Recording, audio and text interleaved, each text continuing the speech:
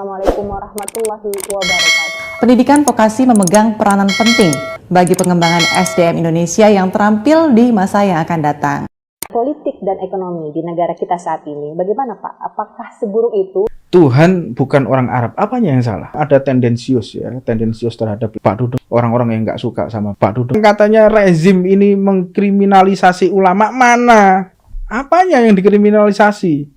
Tasbih, di dalam ilmu agama namanya tasbih. Jadi mengibaratkan. Dan kalau kita mau jujur, itulah yang sehari-hari kita ucapkan ketika ngajar santri. Kita kalau ngajar santri caranya nggak begitu. Jadi di dalam kitabnya Jauharut Tauhid, Aqidatul Awam, itu dikatakan Tuhan itu bukan orang. Radikal ini berbahaya sekali. Makanya orang Indonesia ini harus belajar dari negara-negara Arab. Runtuhnya negara-negara Arab Timur Tengah, bagaimana runtuhnya Libya, bagaimana runtuhnya Suriah, bagaimana negara-negara Arab kacau balau. Rakyatnya dihasut untuk memusuhi pemerintah yang sah. Rakyatnya dihasut. Ihdinas Shiratal Mustaqim itu kita kembali di jalan yang lurus dengan pijakan-pijakan yang ada.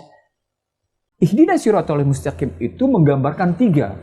Anda punya kekuatan pijakan, Anda punya kekuatan pegangan, Anda punya kekuatan payung. La haula wala quwata illa billah. Bukankah dosa yang kita lakukan telah mengundang datangnya petaka ini? Al-Hasan Al-Basri rahimahullahu ta'ala pernah didatangi oleh orang-orang yang hendak menghunuskan pedang-pedang mereka ke arah pemimpin yang zalim. Pemimpin yang membunuh para sahabat Nabi.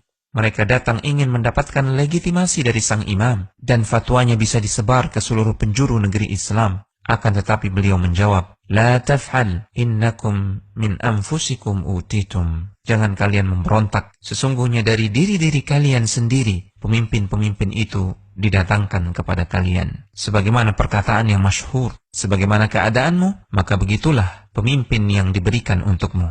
Amal-amal kalian adalah pemimpin kalian. Ini yang menurut saya mengancam. Survei Saiful Mujani menyatakan 87% penduduk Indonesia itu menghendaki Pancasila dasar negara. 9% itu ingin diganti negara Islam. 4% menyatakan tidak tahu. 9% itu berapa Bang? 24 juta. Dan ini kalau berteriak semua, repot kita. Nah, sekarang khutbah-khutbah di masjid BUMN. Dari 100 khotib itu 41 khutbahnya itu intoleran. 8 dari 41 itu anti nation state. Nggak mau negara kebangsaan. Negara demokrasi nggak mau. Ini hasil BUMN. Lalu ini hasil penelitian yang lebih ilmiah. Gerakan Islam Syariah yang ingin mengganti negara Pancasila dengan negara agama itu ada 3. Hasil penelitian Haidar Nasir dalam disertasinya di UGM. Saya ikut menguji pada waktu itu. Azumardi Asra promotornya, Pak Yahya Mohaimin dan sebagainya. 3 organisasi itu, 1 Hizbut Tahrir Indonesia. Disertasinya bisa dibaca nanti. Apa Hizbut Tahrir Indonesia? Ingin mengganti negara Pancasila dengan negara khilafah. Kedua, Majelis Mujahidin Indonesia ingin memberlakukan semua hukum di Indonesia adalah hukum Islam meskipun negaranya negara Pancasila. Dia tidak mungkin mengganti nama Pancasila tapi hukumnya harus hukum Islam. Majelis Mujahidin. Yang ketiga, KPPSI, Komite Persiapan Pemberlakuan Syariat Islam di Sulawesi Selatan. Targetnya adalah karena tidak mungkin mengganti negara dengan khilafah dalam waktu pendek, karena tidak mungkin memberlakukan hukum Islam secara nasional, maka KPPSI menyatakan semua daerah yang umat Islamnya menang di DPRD supaya membuat perda syariah. Apa ini bukan tindakan radikal? Apa betul itu radikal karena radikal? Tidak juga. Betul mungkin karena ketidakadilan, mungkin karena ketidakberesan, tapi kan itu bukan soal Pancasila, itu soal manajemen pemerintahan. Saya juga sering berteriak, orang itu berteriak ikut gerakan radikal itu sebagian besar hanya ingin protes karena merasa tidak ada keadilan di negeri ini, bukan karena radikal benar. Yang radikal berapa orang nih dari jumlah ini. Nah ini semua data nih, berbasis data ilmiah kalau mau bicara ilmu. Hizbut Tahrir Indonesia itu sudah hasil penelitian dan itu fakta.